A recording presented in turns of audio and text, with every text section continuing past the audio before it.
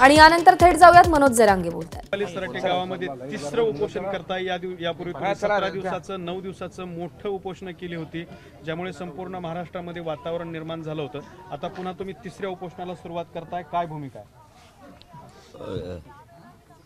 मराठा समाजाच्या आरक्षणाच्या विषयी सगळ्या सोयऱ्यांचा जो राजपत्रित अध्यादेश सरकारनं मुंबईला गेल्याच्या नंतर काढला, त्या राजपत्रित आदेशाचा कायद्यात रूपांतर करून अंमलबजावणीसाठी आज आणि कालपासून सुद्धा सांगितलं। मी याच्या अगोदरही सरकारला सांगितलं होतं की तुम्ही ह्या येत्या 1-2 दिवसात विशेष अधिवेशन बोलवा, या 1-2 दिवसात लगेच। आणि सगळ्या सोयऱ्यांचा जो आपण कायदा करताय म्हणजे ज्याची नोंद नाही त्यासाठी कायदा करून त्याची अंमलबजावणी तातडीनं करा, त्यासाठी विशेष अधिवेशन आज उद्या ह्या 2 दिवसात आपण बोलवा। मागासवर्ग आयोगाने सुद्धा तुम्हाला अहवाल दिला आहे, तो अहवाल स्वीकारून तुम्ही त्याचं कायद्यात रूपांतर करून करा, यासाठी विशेष अधिवेशन बोलवा। अंतरवालीसह महाराष्ट्रातल्या सगळ्या केसेस मागं घेण्याचा आपण उपोषण सोडता वेळेसच शब्द दिला होता, त्याची प्रक्रिया आणखीनही सुरू नाही। आणि चौथा मुद्दा म्हणजे या आमरण उपोषणाचं की हैदराबादचं गॅजेट तुम्ही घेऊ म्हणले होते, ते गॅजेट आणखीनही तुम्ही शिंदे साहेबाच्या समितीकडे दिलेलं नाही, हे तुम्ही मला 5 महिन्यापूर्वी सांगितलेलं आहे। आणि याच ठिकाणी सांगितलेलं आहे 4 महिन्यापूर्वी याच ठिकाणी सगळ्या मंत्री महोदयांनी आलेल्या सगळ्या त्यांच्यासोबतच्या सचिवांनी सांगितलं की ते घेतलं जाईल। आज 4 महिने उलटून गेलेत, आणखीनही त्या घेतलं गेलेलं नाही। शेवटी माझा नाविलाजी, आता तुम्ही म्हणल्याप्रमाणे शरीर साथ देतं नाही देत यापेक्षा मला माझा समाज मोठा आहे, कारण ज्या समाजाला दैवत म्हणलं ते पोरं उघड्यावर पडून देऊन नाही चालणार। एका जीवाची किंमत करण्यापेक्षा तुम्हाला करोडो जीवाची किंमत करावी लागणार आहे। एक जीव गेला तरी चालतो, पण करोडो जीवाच्या चेहऱ्यावर हसू मात्र दिसलं पाहिजे। सरकारने येत्या ह्या 2 दिवसात अधिवेशन तातडीनं बोलू सगळ्या सोयऱ्यांचा कायदा पारित करून ताबडतोब त्याची अंमलबजावणी करावी। आणि त्याची व्याख्यासुद्धा आम्ही सांगितलेल्याप्रमाणे आम्ही 4 वेळेस दिली, त्याचप्रमाणे ती करा आणि तो कायदा लागू करा। यासाठी आमरण उपोषण आता लगेच सुरू झालं 10 वाजल्यापासून। उपोषणाचं स्वरूप कसं असेल? पाणी, अन्न, कायच नाही, उपचार नाही, पाणी नाही, जेवण नाही, काहीच नाही, उपचार नाही, पाणी सुद्धा। आता 15 तारखेला सरकार विशेष अधिवेशन घेणार आहे असं जाहीर केलेलं आहे, तर मग कशाला उपोषण असा एक प्रश्न उपस्थित होतो। त्यांनी प्रक्रिया सुरू केली का, तर याचं उत्तर नाही। तुम्हाला 10 तारखेपासूनच प्रक्रिया सुरू करावी लागणार आहे त्याची। ज्या सगळ्या सोयऱ्यांच्या कायद्याबाबतची प्रक्रिया तुम्ही जर 10 तारखेपासूनच सुरू केली तर तुम्हाला 14 तारखेला त्याचा पूर्ण मसुदा कायदा पारित करण्यासाठी तयार होईल। आणि मग तुम्हाला त्या सगळ्या सोयऱ्यांच्या कायद्याची व्याख्यासह तुम्हाला त्याची कार्यपद्धती बनावं लागणार आहे। मग त्याचं तुम्हाला कायद्यात रूपांतर करून त्याची अंमलबजावणी करावं लागणार। 15 तारखेला म्हणजे तुम्ही 15 तारखेला ही सगळी प्रक्रिया करून आणून शकणार आहेत का एका दिवसात? तर ते शक्य नाही। त्यामुळे तुम्हाला त्याची प्रक्रिया आत्ता सुरू करावी लागणार आहे। तुम्ही गुन्ह्याच्या बाबतची प्रक्रिया सांगताय आम्हाला, तुम्हाला किती उदाहरणं सांगायचे आहेत आम्ही असे सरकारला की तुम्ही न गुन्हे मागं होणारे घेतलेले, न होणारे की ते या आमच्या गुन्ह्यापेक्षाही कितीतरी भयानक पटीनं भयानक मोठाले, ते तुम्हाला घेता आले। तुम्ही एका राष्ट्रपती राजवट उठवण्यासाठी पाठ राष्ट्रपती राजवट उठवू शकला, म्हणजे सरकारच्या मनात असलं तर काय पण होतंय। तुम्हाला मराठ्याला जाणून बुजून का द्यायचं नाही किंवा मराठ्यांचेच पोरं का अडचणीत आणायचं? आता आधी सूचना काढली, याचा अर्थ असा होतो की तुम्हाला मराठ्यांना आरक्षण द्यायचं, मग तुम्हाला द्यायचं तर अंमलबजावणी का थांबवायची? द्यायचं तर मोकळ्या मनानं बिनधास्तपणानं देऊन टाका ना। 30 जानेवारी रोजी तुम्ही या उपोषणाची घोषणा केली होती, 10 दिवस झालेले आहेत। या 10 दिवसामध्ये सरकार पातळीवरून, प्रशासन पातळीवरून तुमच्याशी काही संपर्क झालेला आहे का? त्यांचं काय म्हणणं आहे, काय कळू शकेल? सरकारकडून नाही, काहीच नाही, सरकारकडून काहीच नाही। आणि आम्हाला ती अपेक्षा पण, आम्हाला अपेक्षा अंमलबजावणीची। तुम्ही ते 15 तारखेला करा, किंवा माझं तर सरळ म्हणणं आहे तुम्ही विशेष अधिवेशन बोलवा। कॅबिनेटला ते अधिकार आहेत विशेष अधिवेशन बोलवायचे। तुम्ही अधिवेशन बोलवा, जसं की मंगळवार बुधवार कायद्याच्या नियमानं ठरलेली कॅबिनेट असते, तुम्ही सोमवारी घेऊ शकलात आत्ताच्या, तर कॅबिनेटच्या माध्यमातून तुम्हाला विशेष अधिवेशन बोलवण्याचा अधिकार आहे. तुम्ही विशेष अधिवेशन हे 1-2 दिवसात बोलवा आणि सगळ्या सोयऱ्याच्या कायद्याची अंमलबजावणी तातडीनं करा, त्याचं कायद्यात रूपांतर करून. मागासवर्ग आयोगाचा अहवाल आलेला आहे 2 तारखेला, तो स्वीकारून त्याचाही तुम्ही टिकणारा कायदा बनवा ना. केसेस मागं घेण्याची प्रक्रिया आणि साधा विषय हो, हैदराबादचं गॅजेट शिंदे समितीने स्वीकारणं हा साधा विषय. बॉम्बे गव्हर्नमेंटचं गॅजेट स्वीकारणं साधा विषय शिंदे समितीसोबत. सातारा संस्थांचं गॅजेट स्वीकारणं हे साधा विषय, कारण त्यावेळेस ते शासक होते, आता तुम्ही शासक आहेत. तुम्ही त्याला शासकीय दर्जा द्या ना. जे आम्ही पुरावे नाहीत तरी घ्या म्हणतोय का, आहेत ते पुरावे घ्या म्हणतो. तुम्हाला समजत कसं नाही नेमकं आम्ही काय म्हणतोय? आम्ही आहेत ते पुरावे घ्या म्हणतोय सरकार. आम्ही असं म्हणत नाही आडमोठपणा की पुरावाचं नाही तुम्ही घ्या. पुरावे आहेत ते घ्या म्हणतोय. तुम्ही आहेत ते घ्या ना. आता गॅजेट उपलब्ध आहे, आपण सुद्धा वाचलं आहे त्या दिवशी. मग असणारं घेत नाही म्हणलं म्हणजे तुम्ही नेमकं करणार काय? मी नाही सोडू शकत. मी माझी पुन्हा एकदा जीव कोणाला लावायची तयारी ठेवलेली. मी माझ्या रायगडाचं दर्शन घेऊन आलेलो शेवटचं. सगळे सोयऱ्यांच्या कायद्यासंदर्भातच एकच विषय आहे का, किती मागण्या आता या तुमच्या उपोषणाच्या काळामध्ये तुम्ही सरकारकडे ठेवणार आहात? ज्या पूर्वीच्या आहेत 7 त्या 7चे 7 त्यांच्याकडे दिले. ते पुन्हा एकदा सगळ्या एकापासून सांगाल. आपलं सगळ्या सोयऱ्यांचा कायदा हा याची अधिसूचना राजपत्रित काढली. ओबीसी आरक्षण ज्या कायद्यानुसार दिलं त्या कायद्यात दुरुस्ती करून सगळ्या सोयऱ्यांचा कायदा पारित करणं आणि त्याची अंमलबजावणी करणं. व्याख्या त्याची सगळ्या सोयऱ्यांची मराठा समाजात पिढ्यानपार परंपरेनुसार ज्या लग्नाच्या सोयरीकी जुळतात, गणगोतातील लग्नाच्या सोयरीकी जुळतात, त्या राज्याअंतर्गत येणाऱ्या सर्व सोयऱ्यांना नोंद नसली तरीही ज्या मराठ्यांची नोंद मिळाली त्या नोंदीच्या आधारावरच कुणबी प्रमाणपत्र देण्यात यावं ही व्याख्या आपण त्यांना 3 महिन्यापासून दिलेली. या व्याख्यासह ती करावं ते एक मुद्दा. ज्या 57 लाख नोंदी सापडल्या त्यांचे तातडीनं पत्र वितरित करणं. तिसरा मुद्दा, ज्या सगळ्या सोयऱ्यांची जे सगळे सोयरे आता प्रमाणपत्र घेणार आहेत, ज्याची नोंद मिळाली त्याच्या आधारावर फक्त शपथपत्राच्या आधारावर घ्यावं. तपास करणं, ग्रह चौकशी करणं याला खूप किचकट प्रक्रिया आहे. त्या आधारावर घेणं. त्यांच्या परिवारांना ज्यांच्या नोंदी सापडल्या त्यांच्या परिवाराला तातडीनं तुम्ही जे मध्ये शिबिरं म्हणले होते लावले ते शिबिरं सगळे बंद आहेत. तुम्ही जे ग्रामपंचायतला चिटकू म्हणले होते ज्याच्या नोंदी सापडल्या त्या पण फक्त राज्यात 8% ग्रामपंचायतला चिटकेले आहेत. फक्त 8%. 92% ग्रामपंचायतला माहीतच नाही की नोंद सापडली कुठं. हे झाले आपले 3 मुद्दे. आपला अंतरवालीसह राज्यातले सगळे गुन्हे मागं घेण्याचं इथं त्या आलेल्या 7चे 7 मंत्र्यांना उपोषण सोडताना शब्द दिलेला आहे आणि त्यांच्यावर विश्वास ठेवून आपल्या मीडिया त्यावेळी साक्षीला आहे बांधव सगळे की त्यांनी तो शब्द दिला होता. त्याची प्रक्रिया आणखी सुरू झालेली नाही. हैदराबादचं गॅजेटसुद्धा ते घेऊ म्हणले होते. 5वा मुद्दा आहे आपला की हैदराबादचं गॅजेट, बॉम्बे गव्हर्नमेंटचं गॅजेट आणि सातारा संस्थांचं म्हणजे महाराष्ट्रातल्या मराठ्यांना ज्यांच्या नोंदी सापडल्या नाही त्या गॅजेटच्या माध्यमातून ते आरक्षणात येणार आहेत. तेही यांनी आत्तापर्यंत घेतलेलं नाही. नेमकं हे करतेत काय आम्हालाच कळत नाही. आणि शिंदे समितीचं काम हे इतकं युद्ध पातळीवर त्यांनी वाढवायला पाहिजे. तिला 1 वर्षाची मुदत द्या म्हणून सांगितलेलं आहे. म्हणजे तिने ते सापडतच राहिले पाहिजेत पुरावे सारखे. त्याच्यासाठी मनुष्यबळ हे 24 घंट्यासाठी त्यांना द्या आम्ही सांगितलं होतं. ते कधीतरी उठतंय आणि सापडायला सुरुवात होते. कधीतरी 8-15 दिवसातून एखाद्या ती समिती कुठेतरी येते, बसते, माघारी जाते. बाकीचे लोक काय काम करतात? लोकांच्या नोंदी असून अर्ज केलेले असून सुद्धा प्रमाणपत्र दिले जात नाही. ही काय प्रकार? आणि आपला 7वा मुद्दा की मागासवर्ग आयोगाचा जो अहवाल आहे नव्यानं गठीत करा. त्यांनी नव्यानं गठीत पण केला, अहवाल पण घेतला. मग आता ते स्वीकारून त्याचा कायदा तर पारित केला पाहिजे.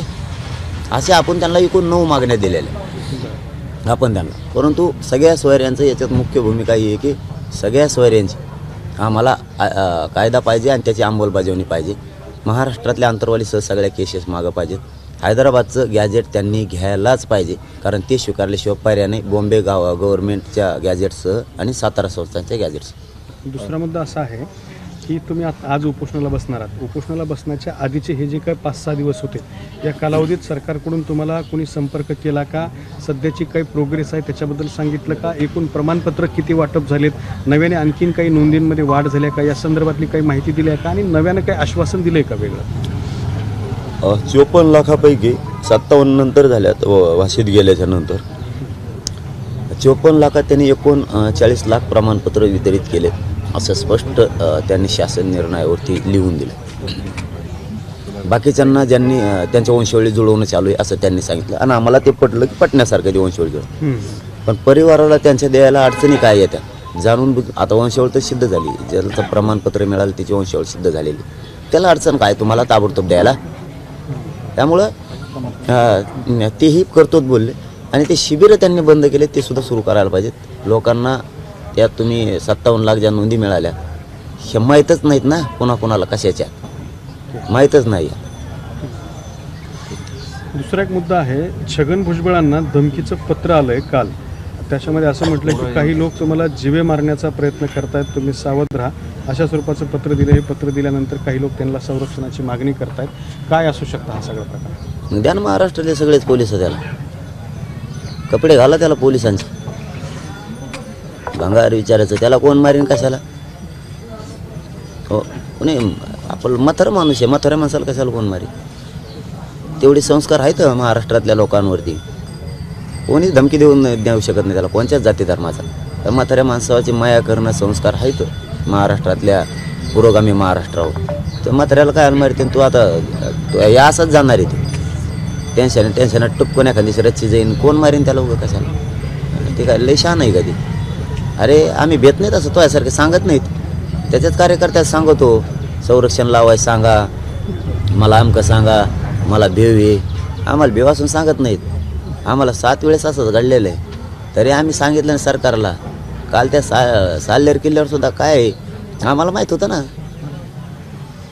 आमच्या गाडीवर कोणाचा टेम्पो आला, आम्ही सांगितलं का संरक्षण लाव का काही घातपाताचा प्रकार होता.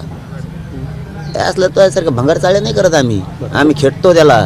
तो काय प्रकार घडला होता? काय घडला होता माहीत नाही, आम्ही वर गेलो अगोदर, आता नव्हतं सांगायचं पण ते तिकडून त्यांनी काढलं त्याचं काढ मला जमत नाही. मग जी आम्ही सगळे वर गेलो होतो त्या किल्ल्यावर, जाताना काहीच नव्हतं. सगळ्या गाड्या पायथ्याला लावाव्या लागल्या, वरी जात नाहीत गाड्या 1.5 किलोमीटरवर, पायथ्याला गाड्या लावलेल्या होत्या. आणि वर जाताना तर काहीच नाही, मधून कुठून तरी रस्ता होता वाटतं बहुतेक, म्हणजे एक जास्तीत जास्त 50 मीटरच्या अंदाजाचा धरायचा मध्ये असा रस्ता. एक पिकअपसारखं मला पुढं गेल्यावर कळालं, मला तिथं कळायला पाहिजे होतं ते. तरी माझ्या लक्षात आलं तर पोलिस दर्शन करताना गडबड का करायला लागले. पाटील चला आता भरपूर वेळ झाला. माझा तवाच क्लिक झालं, कारण माझी बुद्धी माझ्या तोंडानं मी म्हणत नाही पण लय शार्प, माझ्या तवाच लक्षात आलं खाली काहीतरी आहे ग्राउंडवर गाड्याकडे. पण ते काय सांगितलं नाही, मला काय वाटलं पण नाही, कारण तसं त्यांनी मला जाणून सुद्धा दिलं नाही. एक माया असल्यासारखं वाटलं, कारण त्यांच्यात चलबिचल त्यांच्या सुरू झाली होती समाधीजवळ. पोलिसात चलबिचल, मला नाही काय म्हणले, त्यांच्यात चलबिचल सुरू झाली की मी ओळखलं खाली काय तर एक पिकअपसारखं काहीतरी मधून आलं आणि ते गिअर फेल झाला असं काहीतरी म्हणलं. ते इतकं स्पीडने आलं खाली, ते उतार डायरेक्ट असं आहे ते इतकं स्पीडने खाली आलं की खालच्या आमच्या 5-7 गाड्यातले माणसं आणि 5-7 गाड्याचा भोगात झाला असता. पण ते विलास भाऊ म्हणून येतं नाशिकचे, ते आरडले मोठ्याने, म्हणून लोक उड्या मारून खड्ड्यात पडले असे काही, म्हणून ते सगळेच वाजले. त्याला धरलं पोलिसांनी ताबडतोब त्या पोराला. त्याला धरलं तर त्याने कोणाचं तरी नाव सांगितलं की मला पिकअप घालायचं सांगितलं. म्हणजे मी मंगेश चिवटेनं सुद्धा हे सांगितलं, हे खरं आहे का कुठं तपासा, त्याला काय आमची तक्रार नाही त्याच्याविषयी, त्याला अटक करू नका, त्याला सोडून द्या, आमचं कोणी काय वाकडं करू शकत नाही आहे. परंतु त्याची खरं काय ते चौकशी करा. त्यांनी कोणाचं नाव सांगितलंय, मला मुद्दाम त्या गाड्याच्या अंगावर घालायला लावलं असं कोणी सांगितलं, असं तो म्हणलाय जुन अशी शक्यता बघा तुम्ही, तेच चौकशी करू. हा घातपाताचा असू शकतो, त्याचं काय सांगता येते. पण तो यासारखं नाही तर आम्ही खेटायला लय नाही बारेत, आम्ही डायरेक्ट अंगावर जातो. तो मी सांगतो की हा घातपात किंवा हल्ल्याचा प्रकार असू शकतो, वाटतोय का? असू शकतो. तुम्हाला काय मग ते आलो कुठून, त्या किल्ल्यावर आलो कुठून, आम्हाला जाताना तर काही दिसलं नाही वरी. आणि हे बी खालचे सांगते वर चढत बिऊन गेलं नाही, म्हणजे याचा अर्थ आधीच ठेवलेलं होतं ते तिथं. दिला गिअर फेल झाला म्हणून खाली सोडून, त्याला काय गिअर टाकायची गरज नाही, इतका डायरेक्ट उतार येतो. माणसा सुद्धा चालताना दोघा तिघाला उतारताना मागं ओढून धरायला लागतं. आम्ही असं सांगत नाही बसत. हिंगोलीच्या सभेत काय झालं होतं आम्ही सांगत नाही बसलो. म्हणजे याचा अर्थ तुम्हाला सुद्धा धोका आहे. हे धोका नाही, मी मारायला भेट नाही तो यासारखं का असं पुळका मी क्षेत्रीय मराठीत आम्ही मारायला भेट नसतो. ते पोलिसाचं संरक्षण सुद्धा तुम्ही नाकारलेलं आहे का असं तुम्हाला वाटतं? अरे 3-4 महिन्यापूर्वीचं गरज असताना आता काय ती काय गोळ्या लावल्यासारख्या लावल्यात त्या. सकाळ संध्याकाळ डॉक्टराच्या गोळ्या असतात तसे. ते काय आला एकच ते मरण ना ते एकटं जागू जागू ते संरक्षण वेगळं असतं. आमच्या ढकलू आमचं संरक्षण आमच्यापाशी उभं राहायचं तिकडे लोक लुटीत नेते त्याला आमच्या दिवस तर सभा संपत्ती ते एक दोघाचं काम आहे कधी. दुसरा मुद्दा तो राहिला तुमच्याकडून, तुम्ही म्हणताय भुजबळांना कोणी मारणार नाही, म्हातारा माणूस आहे. मग पत्र जे आलंय तर काय प्रकार असेल? आता त्याला काय माहित काय त्यांनी द्यायला लावलं असं कोणाला त्याचं हॉटेल जाळलं होतं पाहुणे त्यांनी बीडचं तसं. ते काय लय शहाण आहे का ते? सिरियस कोणाचं घ्यावा?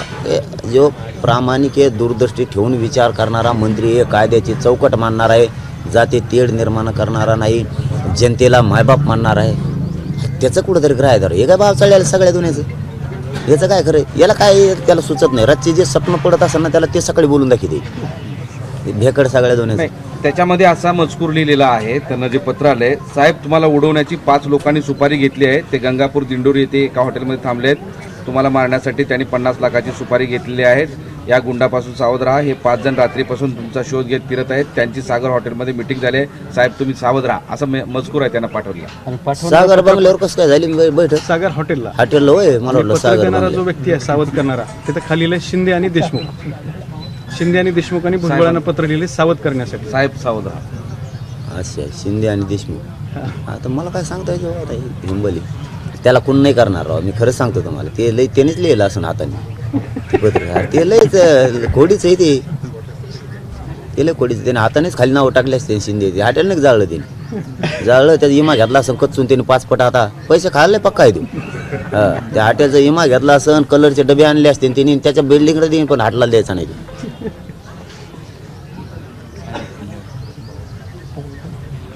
तुम्ही हिंगोलीच्या सभेचा उल्लेख केला होता. हिंगोलीच्या सभेत काय झालं होतं थोडक्यात थोडं विस्ताराने? तसं लय प्रकार आहेत जाऊ द्या. म्हणजे तेवढं खरं एक सांगतो सांगा, मी उल्लेख अहो त्याच्यापेक्षा ते अमरावतीत सुद्धा झालेलं आहे. आमचेच पोरं खेळले तिथं. तिथले पोलिसांना माहिती आहे काय? आम्हाला काहीच वाटत नाही त्याचं. आम्ही आमच्या व्यासपीठासमोर आमचे पोरं डायरेक्ट उभा केले. ती प्रकार ज्यावेळेस घडला अमरावतीचा का कुठला बहुतेक अमरावतीच ना ते साक्षीदार आहेत.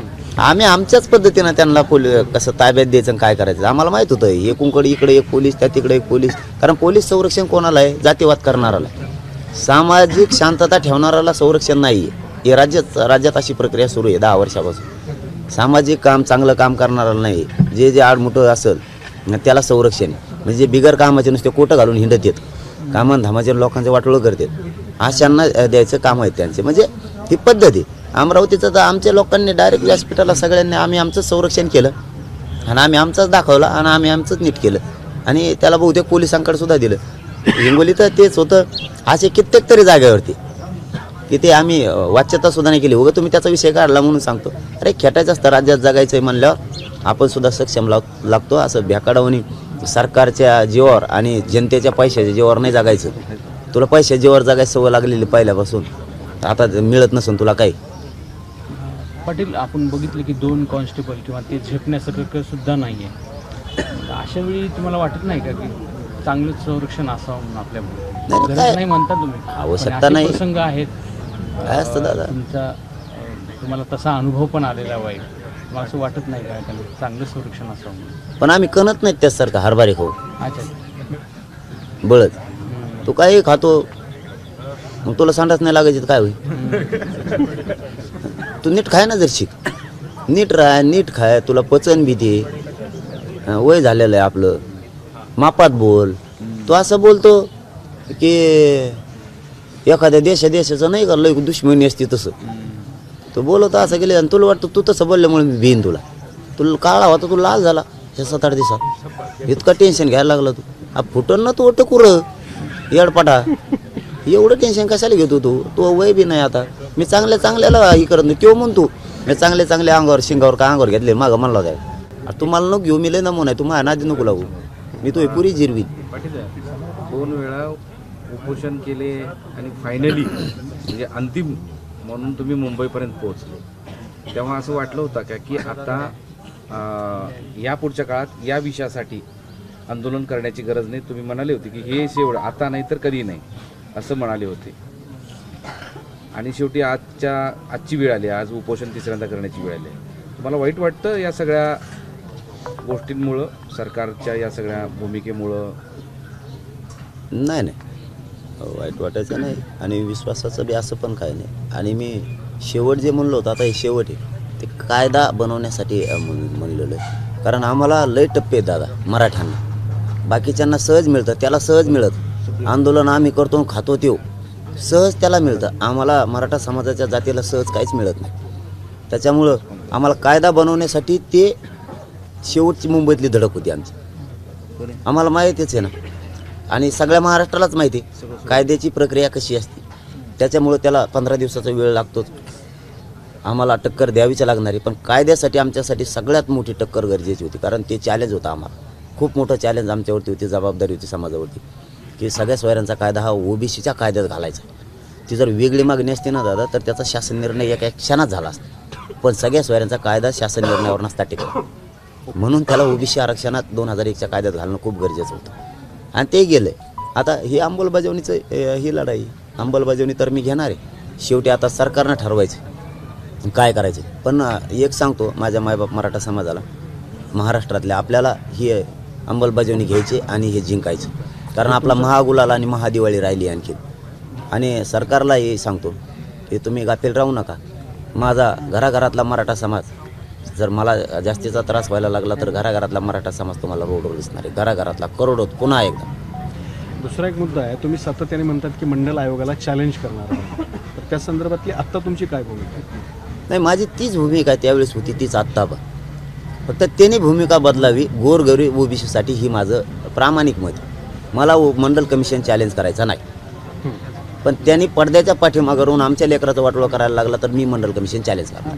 त्याला माहिती आहे मंडल कमिशन कसं चॅलेंज होतो, मलाही माहिती आहे. कारण राज्याने स्वीकारला की केंद्राने स्वीकारला हे त्याला माहिती. मंडल कमिशन माननीय सुप्रीम कोर्टानं तो स्वीकारला की नाही स्वीकारला ही त्याला माहिती सॉरी. आणि चॅलेंज होतोय का नाही होत हे त्याला पक्का माहिती, म्हणून ते लाज झाल्या. पण मला गोरगरिबांचं वाटोळं करायचं नाही, त्यासारखी वाईट नियत आमची नाही. पण ओबीसी बांधवांना त्याला फोन करून सांगावं तू नीट राह, तू राजकारणी, तो यासाठी आमचं वाटोळं करू नको. कारण आमच्या लेकराचे मुर्दे पडायला लागले आरक्षणामुळे, तर मी विचार नाही करणार. मंडल कमिशन त्याला चॅलेंज झालेलं दिसतं. त्याला इथून मग जे सांगितलेलं आहे त्यांनी सिरियस घ्यायचं आणखीन तरी. कारण तो फार संपलेला आहे कार्यक्रम तो. आता तू मोगम पांढरा राहून काही उपयोग नाही तुझा. तुला चांगलं माहिती आहे तू जे मिळून देणार नाही मला ते मी मिळविलेलं आहे आम्ही. तू जर म्हणला ना मंडल कमिशन चॅलेंज होत नसतो आणि तू करून दाखवतो, मी करीत असतो. तुम्हाला चॅलेंज नको दे. फक्त मी गोरगरीब ओबीसी बांधवांसाठी आणखीन पाऊल उचला ना. आम्ही त्याविषयी वकिलांची बैठक घेतलेली 250. एका दिवसात आम्ही याचिका दाखल करणार आहोत. तरी मी नाही म्हणून सांगितलं, थांबा म्हणलं. ते थांबतोय का बघू. कारण मला ओबीसींचं वाटोळं गोरगरिबांचं करायचं नाही. शेवटी मी भाषणात आणि तोंडापुरतं बोलणार नाही. लहान भाऊ मोठा भाऊ, मी खरोखरच मानतो की आमच्या गावखेड्यात खूप एकमेकावरती माया आहे, प्रेम आहे. याच्या मूर्खपणामुळं त्यांचं वाटोळं नको.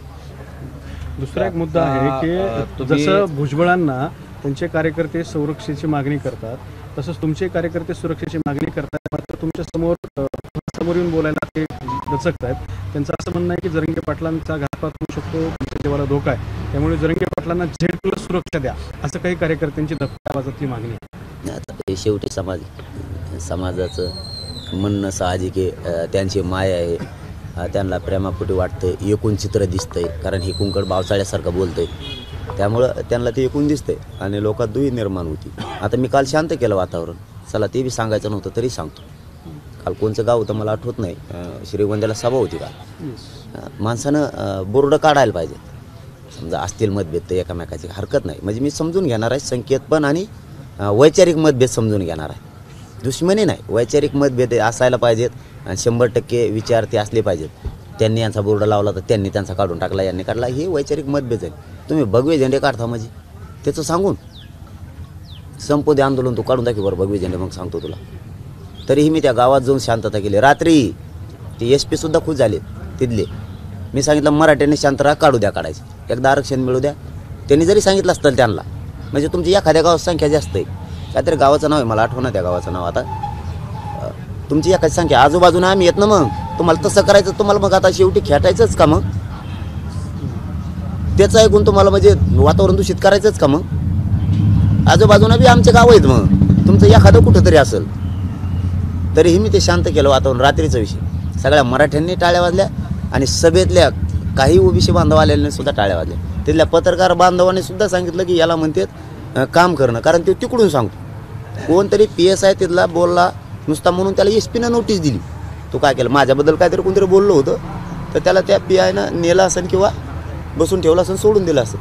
त्याला SP नोटीस देतो. म्हणजे बघा हे पागल त्यो येवल्याचं बधीर झालेलं चिल्लर कामावर सुद्धा SP-ला फोन आला होता माझ्यासाठी ती चिल्लर. आणि त्या गावातल्या लोकांना बळ देणार तू काय म्हणणार, त्यांचे झेंडे काढा, बोर्ड काढा. अरे तुला माहिती आहे का आयुष्याची दुश्मनी लागून जाईन बधीर, तू आता मरायला टेकलेला आहे. आयुष्याच्या लोकांच्या दुश्मनी लागतात तर बांधावर सुद्धा एकामेकाला येऊ द्यायचं नाहीत.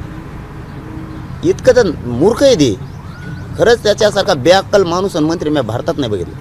त्याच्या पक्षाला माझी विनंती आहे आजच्या प्रेसच्या माध्यमातून, त्याच्या पक्षातल्या नेत्याला, अजित पवार ते कोण आहे मला नाही माहीत, त्यांच्या पक्षातला नेता कोण आहे, त्यांच्या नेत्यांना माझी विनंती आहे, तुम्ही त्याला बळ दिल्यामुळं तुमच्याच जातीला, ह्या माझ्या जातीला त्रास व्हायला लागला. तुम्ही बळ दिल्यामुळं जरा थांबवायचा विचार करा. कधी काळी जातीचा विचार करा, जात संपू देऊ नका. हो, कारण तो इतका फडफड करायला लागलाय आणि किती दिवस करेन आणखी लय झालं तर आता हे निवडणुका पोत करी. असंही पण तुम्ही एक ध्यानात ठेवा, तुमच्या त्या बळामुळं इकडं मराठा समाजाला खूप त्रास व्हायला लागला. कुठं झेंडे काढन, कुठं बोर्ड काढन. तुम्हाला माहिती आहे तेवढंच एक गाव आहे तिथं बाजून सगळे मराठ्यांचे. उद्या जर दुश्मनी कायमची लागली तर तुला काय होतं, तू बसशील तिथं झोपशील येशील. यांची कायमची दुश्मनी लागन म्हणून मी रात्री ते शांततेत सगळ्या त्यांच्याच गावात जाऊन सांगितलंय. परत मराठ्यांनी शांत राहायचं, अजिबात ओबीसीच्या अंगावर जायचं नाही आणि ओबीसीने सुद्धा यायचं नाही. त्याचं ऐकून आपलं वाटोळ करून घेऊ नका. एकदा जर तेड पडला ना आयुष्यभर तेड निघणार नाही. Z+